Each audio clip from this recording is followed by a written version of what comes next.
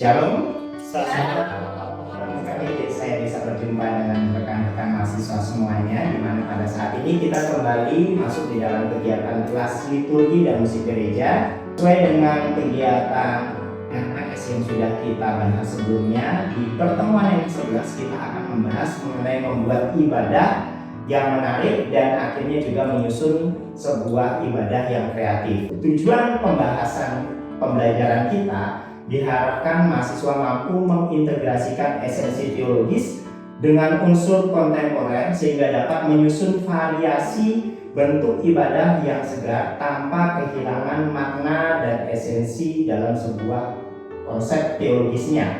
Kemudian mahasiswa memiliki atau mampu menyusun sebuah struktur liturgi yang kreatif dan juga merancangkan liturgi yang tematis, yang alami dan juga mengalir. Kemudian ada kepekaan kontekstual terhadap kebutuhan jemaat, dan di mana mahasiswa mampu menganalisis karakteristik jemaat yang dilayani, baik itu misalnya remaja, ibadah pemuda, kaum dewasa, dan lain sebagainya sesuai dengan konteks yang saat itu sedang dilayani. Kemudian ada kecakapan berkolaborasi dengan tim musik.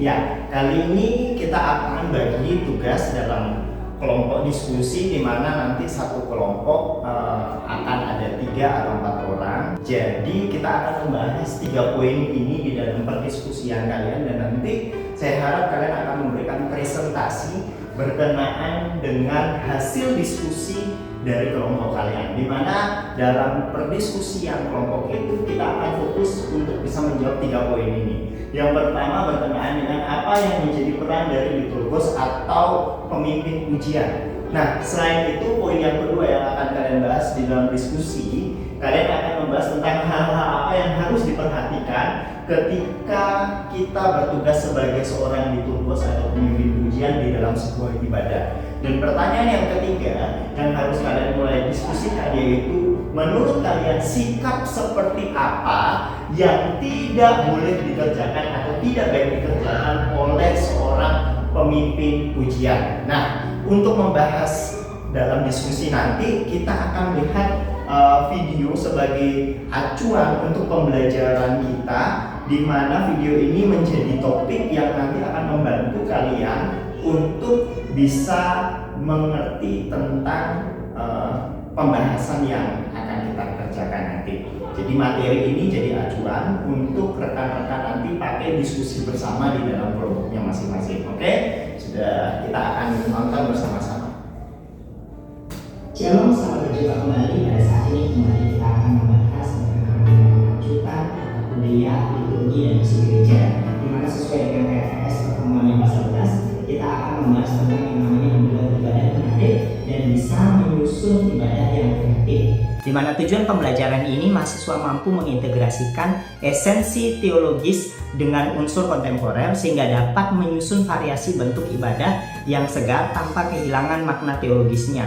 Kemudian mahasiswa menyusun yang namanya struktur liturgi kreatif serta merancang liturgi yang tematis, yang alami dan mengalir. Kemudian ada kepekaan kontekstual terhadap kebutuhan jemaat, di mana mahasiswa mampu menganalisis secara karakteristik jemaat yang dilayani, baik itu di dalam pelayanan remaja, pemuda maupun di dalam kaum dewasa, termasuk anak-anak, sesuai dengan konteks pelayanan ibadah yang dikerjakan. Kemudian ada kecapapan di dalam berkolaborasi dengan tim musik. Oleh sebab itu kita akan masuk kepada pembahasan, yaitu membuat ibadah menjadi baik, di mana mempersiapkan liturgi ini menjadi hal yang harus diperhatikan sebagai liturgos, di mana liturgi adalah sebuah tata cara peribadatan di mana ada unsur-unsur liturgi yang kita harus pahami, kemudian bagaimana menyusun urutan di dalam sebuah liturgi itu, kemudian di mana liturgi yang baik harus bisa mendukung suasana di dalam ibadah hingga pada akhirnya pelayanan yang dikerjakan bisa berkenan kepada Tuhan. Nah, oleh karena itu sebagai seorang liturgos dia harus sadar bahwa dia bertanggung jawab untuk bisa memimpin ibadah dengan baik. Kemudian di dalam tanggung jawabnya kepada gereja, ada tanggung jawab secara teologis untuk menjaga kebenaran lagu, tanggung jawab secara liturgis untuk menjadi fasilitator dalam perjumpaan jemaat dengan Tuhan. Kemudian dia juga harus bertanggung jawab secara teknis dan manajerial, di mana dia memimpin koordinasi tim musik dan dia juga harus bertanggung jawab dalam mempersiapkan hati baik secara pribadi dan juga bagaimana mengkondisikan memimpin jemaat yang dia layani. Karena itu ada bagian yang harus diperhatikan di dalam aspek kemampuan, yaitu aspek eksternal di mana seorang pemimpin akan menjadi pusat perhatian. Dia harus melakukan yang terbaik, tetapi jangan pernah ada kesombongan. Ketika kita tampil, itu adalah anugerah Tuhan. Jadi jangan sampai kita sombong tampil di depan. Kita juga harus memperhatikan penampilan dari rambut sampai kepada ujung kaki, jangan sampai berlebihan, tetapi harus pantas dan sopan. Kemudian di dalam faktor di dalam seorang pemimpin harus tampil dengan penuh kepercayaan kepada Tuhan, harus melatih di dalam hal menyanyi, karena nanti kalau nyanyinya fals itu akan mengganggu audiens yang hadir atau jemaat yang hadir. Kita juga harus mulai memikirkan ibadah yang kreatif dalam menyusun liturgi, dalam memilih lagu harus sesuai dengan tema, dan juga harus juga di dalam jenis musiknya harus kita perhatikan. Kemudian ada coding di dalam memimpin pujian. Selain itu pemimpin ibadah harus juga bisa bekerja sama dengan tim, baik itu singer, pemain musik, tim multimedia, sound system. Ini menjadi sebuah tim yang kita harus perhatikan di dalam prakteknya. Bahkan kita harus bisa memikirkan bagaimana sebuah konsep dibuat mengalir. Kemudian lagu yang dinyanyikan harus betul, makanya seorang pemimpin harus menghafalkan lagu yang dinyanyikan. Kemudian ada penampilan yang harus diupayakan. Kemudian jangan menyuruh jemaat untuk selalu duduk atau juga berdiri terlalu lama. Jadi kita harus tahu kapan berdiri, kapan duduknya. Kemudian tahu nada yang dinyanyikan. Kemudian waktu latihan kita juga harus persiapkan, dan juga sound system. Dan jangan juga terlalu banyak berbicara, tetapi juga jangan hanya menyanyi terus. Jadi ada bagian yang kemarin kita sudah bahas tentang bridging sebuah lagu, kata pengantar, supaya nanti kenapa kita menyanyi ini jemaat tahu maksudnya. Dan kalau sudah di atas mimbar, jangan minder, tetapi kita harus ingat bahwa Tuhan memakai kita sebagai anaknya. Ya, jadi dari hasil video tadi, silahkan rekan-rekan semuanya untuk diskusi sesuai dengan kelompok yang sudah kita bagi, dan nanti saya akan bawa kita di dalam perdiskusian bersama. Silahkan.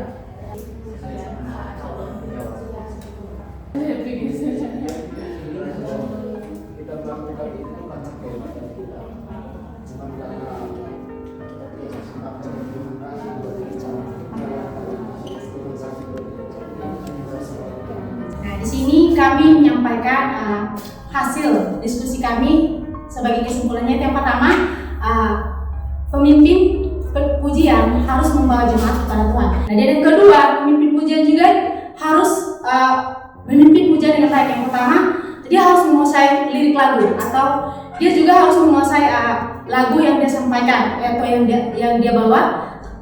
Tempo begitu, dia tanpa kayak ragu. Dan juga harus mengajak tim musiknya kerjasama gitu. Hal apa yang harus diperhatikan seorang liturgus atau dalam memimpin pujian? Hal-hal yang harus diperhatikan yang pertama itu menurut kelompok kami ada gestur tubuh dan penampilan. Karena penampilan itu sangat penting, karena penilaian jemaat itu lebih fokusnya pada penampilan kita, cara berpakaian, gerak-gerik tubuh kita, dan juga hal yang harus diperhatikan bahwa seorang WL itu harus bisa bekerja sama dengan pemusiknya, atau bisa disebut chemistry. Jadi kerjasama tim yang baik, tentunya komunikasi yang baik, sehingga pujian itu bisa mendatangkan kebaikan bagi orang lain dan bisa memuliakan nama Tuhan. Ya, jadi di sini kami mendiskusikan tentang sikap seperti apa yang tidak baik ditunjukkan oleh seorang pemimpin pujian saat memimpin pujian. Nah, kami sudah berdiskusi, dan di sini saya akan menyampaikan kesimpulan dari hasil diskusi kami. Nah, menurut pendapat kami bahwa sikap yang tidak baik ditunjukkan oleh seorang pemimpin pujian saat memimpin pujian itu adalah sikap merasa diri hebat. Nah, ketika seorang pemimpin pujian merasa dirinya hebat, maka saat dia memimpin pujian dia akan mengandalkan kekuatannya sendiri. Dia akan merasa sombong, tinggi hati, sehingga saat dia memimpin pujian itu dia fokusnya itu untuk dirinya sendiri. Pusatnya sudah dirinya sendiri, dia menunjukkan apa yang dia bisa, dia menunjukkan kehebatannya, talentanya, dan lain sebagainya. Padahal fokus kita dalam memimpin pujian itu adalah untuk memuji, menyembah Tuhan, dan memuliakan nama Tuhan. Jangan terlalu banyak bicara di dalam memimpin ibadah, tetapi juga jangan terlalu hanya menyanyi saja. Kemarin kita udah belajar yang namanya bridging. Bridging itu adalah sebuah kata awal atau sebagai kata pengantar sebelum menyanyikan sebuah lagu. Jadi kita harus kasih tahu kenapa kita mau menyanyi lagu ini jadi bagian. Kita pikirkan kata-katanya baru masuk ke mana lagunya. Ini jadi bagian. Ini juga jangan terlalu panjang di dalam memberikan komentar. Ini harus diperhatikan. Dan yang terakhir adalah kalau sudah di atas mimbar, kita harus sadar bahwa Tuhan yang mau pakai kita. Jadi jangan biarkan rasa minder atau rasa malu menghambat pelayanan kita. Ini menjadi bagian yang kita harus pahami di dalam praktek memimpin ibadah yang baik. Apa saya mau bertanya Pak? Tadi kan ada berkenaan dengan kita tuh mempersiapkan diri dan mempersiapkan jemaat. Kira-kira bagaimana cara kita itu mempersiapkan jemaat ketika mau ibadah Pak?